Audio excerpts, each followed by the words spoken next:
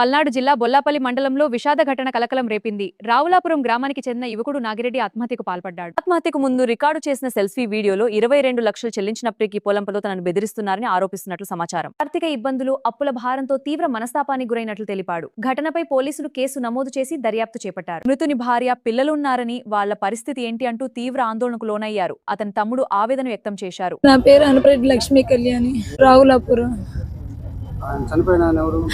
నా భర్త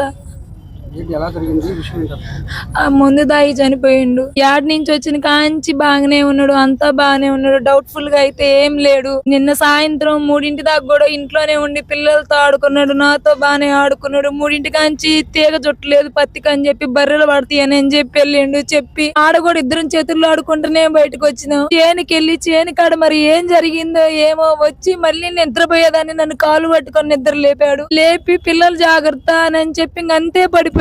నాకు బయట జనం ఎవరో కనిపించక మా ఇంటి ఎదురు మారం సీన్ అనే అతను ఉంటే తనని కేసి పిలిచాను. అతను వచ్చి మా బావ అనపరెడ్డి సుబ్బారెడ్డికి కాల్ చేసి పిలిచాడు. వచ్చి తీసుకొచ్చి ఆర్ఎంపీ డాక్టర్ దగ్గరికి వస్తే ఆయన చూసి అక్కడ జనం అందరూ వస్తే ఆ జనం దగ్గరికి వచ్చినాక చెప్పాడు, నాకు ఇద్దరి వల్ల టార్చర్ అయిపోయింది, అందుకని 3వ మాట కూడా అసలు ఏం చెప్పలేదు. ఎవరి వల్ల అని అందరూ అడిగారు. అక్కడ ఉన్న 100 మంది కూడా ఎవరి వల్ల ఏంది అని కూడా ఇంత కూడా అసలు చెప్పను కూడా చెప్పలేదు. ఇమీడియట్ గా మా బావ ఆటో తీసుకొచ్చి ఆటోలో బండేసుకొని నేను మా అత్తయ్య వాళ్ళందరమే ఆటోలో వేసుకొని పోయే కలకి ఎల్లటూరు కాడికి పోయే కలకి ప్రాణం పోయింది.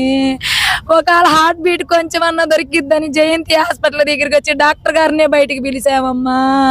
డాక్టర్ గారు వచ్చి ఏం లేదమ్మా నీకు హార్ట్ స్ట్రోక్ ఇవ్వడానికి కూడా అంటే డబ్బులు పోయినా పెట్టండి సార్ అన్నానయ్యా. సార్ అసలు వద్దు అమ్మా, 10 నిమిషాలు అయింది ప్రాణం పోయి రాదని చెప్పారమ్మా. నా గుండెలు పగిలిపోయినాయి.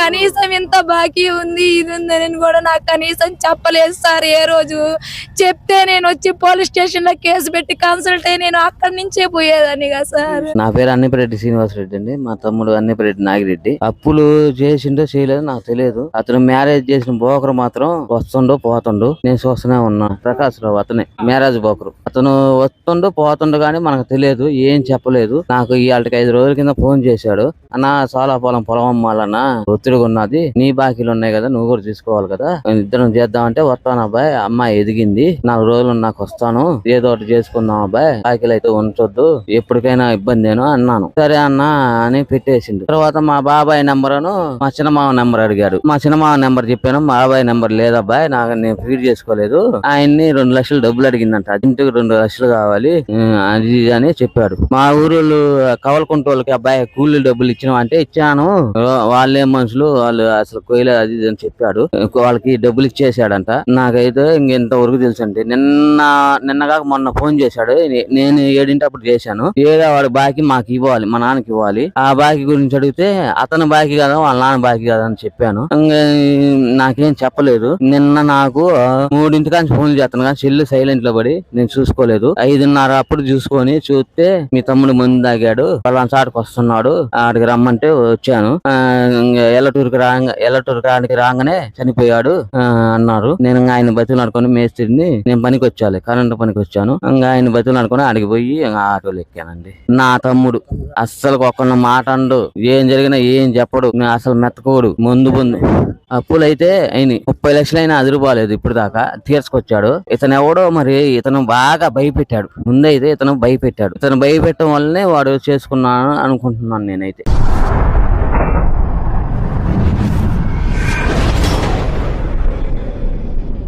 అయ్యా ప్రకాష్, ఈ సంవత్సరం డబ్బులు ఇచ్చా, పోయిన సంవత్సరం ఇచ్చా, మిగిలిపోయిన అంతకుముందు సంవత్సరం ఇచ్చా. ఇప్పుడు 7 సంవత్సరాల నుంచి నన్ను ఏది ఇచ్చుకొచ్చిను, నా వల్ల కాదు.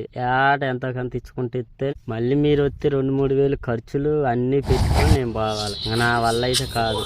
మీకు ఏదైతే 18-20 లక్షల దాకా పెట్టుకుంటా, నా వల్ల అయితే కాదు. ఇప్పటికి ఆ అమ్మాయికి తెలియదు, నువ్వు పొలం కాగితం పెట్టుకొని బ్లాక్ మెయిల్ చేస్తున్నావు కాబట్టి నా వల్ల అయితే కాదు. ఆ అమ్మాయి తెలిస్తే నేను ఆ అమ్మాయి ఎట్టా అరిసిద్ది అని ఇప్పటికీ చచ్చిపోదాను. నా సంవత్సరం అడ్డకోలం కావడానికి నువ్వే చేసిందంతా నువ్వే. నేనైతే నీ వల్ల ఆత్మహత్య చేసుకుంటున్నాను. నా చావు కారణం ప్రకాశ్రావు నువ్వే.